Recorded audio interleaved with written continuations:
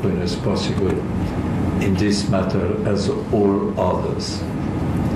But one thing is to discuss about death penalty. And another thing is to see a man that you have defended being brought to the guillotine and cut off in 2 slices alive. Once you have seen that, your choice, believe me, is made, and forever. Now, I will not start with the old debate about death penalty. Everything has been said with talent during centuries. I salute here the Italian ambassador. Beccaria was the founder of a long, long lineage of thinkers, philosophers, and writers who have fought against death penalty, using all arguments.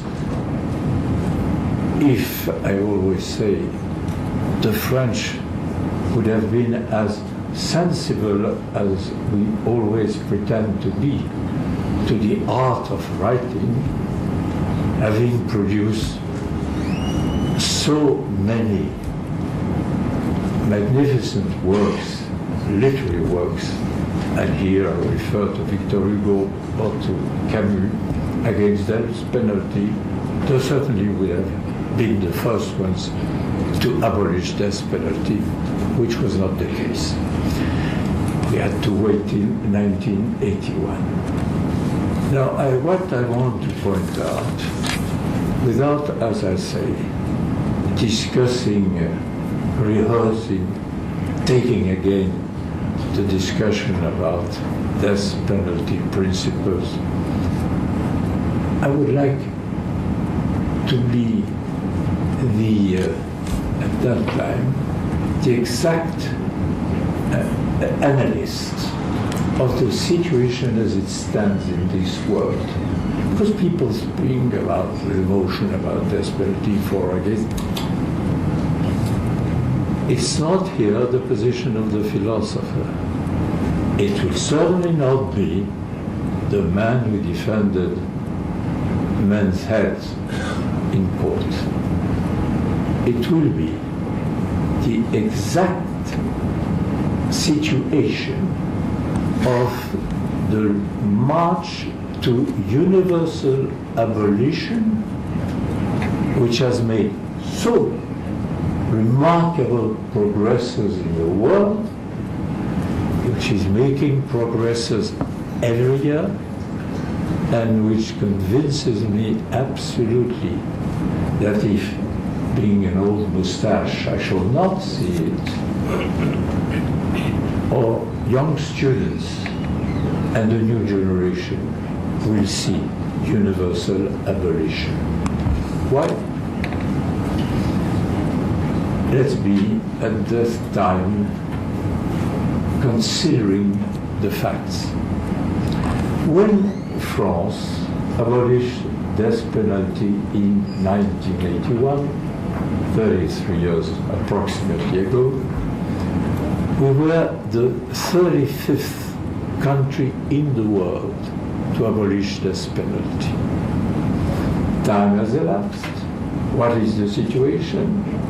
Look at the UN. 30 states had abolished. Today, in the United Nations, 198 state members. In the United Nations, you have approximately 198, approximately 100, who have abolished death penalty from their law, plus almost 50 states who do not use death penalty. It's in the law, but nobody thinks of using it. That on 198 states make approximately 150 states who have abolished in law or in fact. Starting from 35, which I mentioned, you can see the tremendous progresses made by the abolition of death penalty in the world. Now, this is not enough. Apart from states' moves, you have had a continual growth of international convention deciding for the states who signed and ratified it that they will not use death penalty. These international agreements are far more important for the one who studies this situation, I would say, cold-blooded, than even state abolition one after the other. Because that means that a group of states decide all together to commit themselves not to use death penalty.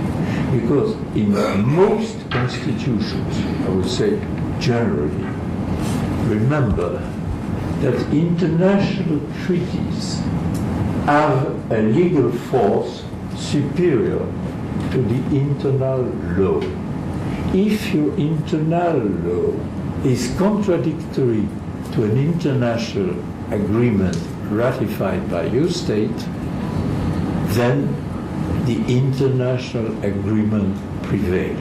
And therefore, that's why I say this is more significant and more important. I shall just quote this regional agreement passed already.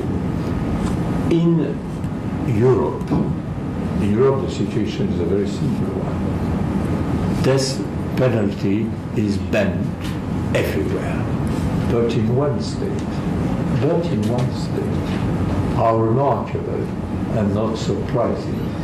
There is only one dictatorship left on the whole of the European continent, and it's Belarus, which is the last Stalinist state in Europe, almost in the world now, but in Europe. Of course, it has kept death penalty. We have never seen dictatorships of the Stalinist type giving up death penalty. That's for democracy, certainly not for Stalinist state. But apart from that, there are 48 states in Europe, 47 have abolished death penalty, and in Europe, those 47 states are all members of the Conseil de l'Europe, European Council, which federates all these states in the field of fundamental freedom and guarantees of law for those fundamental freedom. The judicial expression of this Conseil de l'Europe is well known around the world, to my eyes and to the eyes of all the militants of human rights, the most important world jurisdiction to protect human rights, la Cour européenne des droits de l'homme, the European Court of Rights, which, as you know, stands in Strasbourg. The European Court of Human Rights has had the opportunity to qualify death penalty. And I shall only quote. According to the European Court of Human Rights, interpreting the European Convention of Fundamental Rights, death penalty, death penalty is an inhuman, cruel, and useless penalty.